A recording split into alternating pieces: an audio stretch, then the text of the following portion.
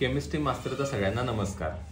आपण थर्मोडायनॅमिक्स टॉपिकमधला 43 नंबरचा आपण प्रॉब्लेम बघायला लागलोय. आता याच्यामध्ये काय काय दिले आपण समजून घेऊया. आणि आयडियल गॅस एक्सपांड म्हणजेच एक्सपान्शन होणार आहे. एक्सपान्शन म्हणजे मी काय सांगतोय, हा पिस्टन आहे, इथं हा गॅस भरलाय, हा वर जाणार आहे, एक्सपान्शन होणार आहे. ॲट अ कॉन्स्टंट प्रेशर, ज्यावेळी तुम्ही हा कॉन्स्टंट प्रेशर शब्द ऐकाल ना, त्यावेळेला ती प्रोसेस असते ती इरिव्हर्सिबल असते. इरिव्हर्सिबल प्रोसेस असेल तर W = -P ΔV वाला फॉर्म्युला आपल्याला वापरावा लागतो. आता गिवन दिले, तर गिवन मध्ये काय काय दिले आपल्याला लिहून घ्यावे. गिवन कॉन्स्टंट एक्सटर्नल प्रेशर किती आहे, 2 ॲटमॉस्फिअर. आता हेच जरा समजून घ्या. जर W तुम्हाला जूलमध्ये पाहिजे असेल तर प्रेशर तुम्हाला पास्कलमध्ये घ्यावं लागेल. पास्कल म्हणजेच न्यूटन पर मीटर स्क्वेअर, आणि हे मीटर क्यूबमध्ये घ्यावं लागेल. पण मी याच्या आधीच्या प्रॉब्लेममध्ये पण हे एक्सप्लेन केले, आता पण अनेकदा एक्सप्लेन करतो.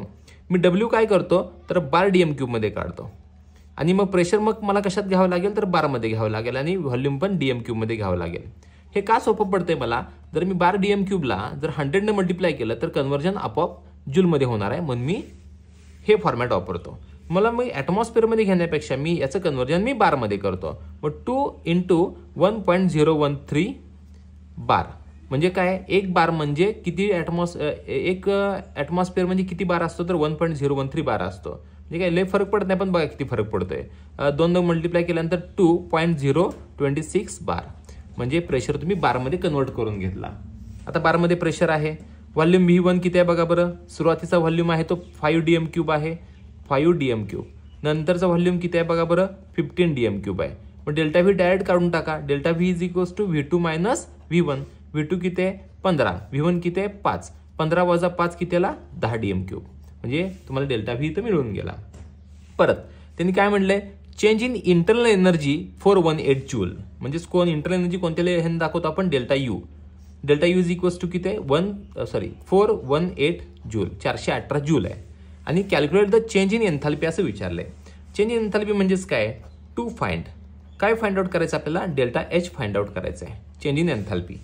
मग फॉर्म्युला काय येणार आहे आपला, delta H is equals to delta U plus P delta V आपला फॉर्म्युला आहे. हा फॉर्म्युला वापरा, किंवा अनेक फॉर्म्युला आपला आहे की delta H is equals to delta U minus W, हा पण फॉर्म्युला आहे.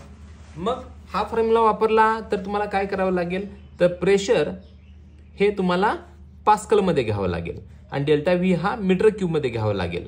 तर हा फॉर्म्युला वापरायला हरकत नाही, कारण हे जूलमध्ये येणार ना. मग हे तुम्ही ॲज इट इज वापरलं बार DM क्यूबमधनं, मग ह्याला 100 ने मल्टिप्लाय करावं लागेल. तसं केलं तरी चालतंय, पण मला असं वाटतंय की मी पहिल्यांदा सेपरेट करून घेतो. हा पहिला W काढून घेतो. मग W कॅल्क्युलेट करण्यासाठी आता मी इथं 2 भाग करतो. मी या भागामध्ये मी W कॅल्क्युलेट करून घेतो. W कॅल्क्युलेट करण्यासाठी मला काय फॉर्म्युला आहे, W = -P डेल्टा व्ही हा फॉर्म्युला वापरणार मी. बघा W = -P डेल्टा व्ही, हे दोन्ही फॉर्म्युले सेमच आहेत रे, फक्त P डेल्टा व्हीच्या बदल्यात मी ते W घेतलाय. म्हणजे मी हे पहिला सॉर्ट आउट करून घेतो, W ची व्हॅल्यू काढतो. मग P किती आहे आपला तर 2.026 हा P आहे, आणि तुमचा डेल्टा व्ही किती आहे आपला, डेल्टा व्ही आहे तो 10 DM क्यूब आहे. मग 10 ने मल्टिप्लाय केलं तर किती येईल -20.26. पण ह्याचं युनिट काय आहे तर बार DM क्यूब हे युनिट आहे. आता मला बार DM क्यूब नको आहे, मला W कशामध्ये पाहिजे तर जूलमध्ये पाहिजे.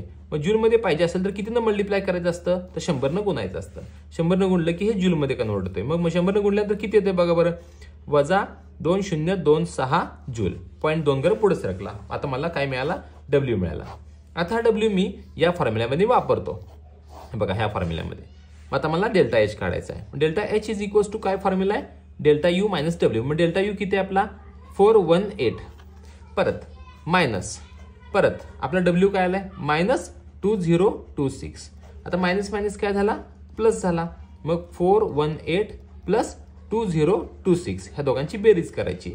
मग डेल्टा H किती येतो आपला बघा बरं, दोघांची बेरीज केल्यानंतर 14, 8 आणि 6 14 येतो. मग आता किती हे 4, परत किती येते परत 4, परत 4, परत 2, हा जूलमध्ये आला. डेल्टा H काय आला बघा बरं 2444 जूल. आपण डेल्टा H कॅल्क्युलेट केला. थँक्यू.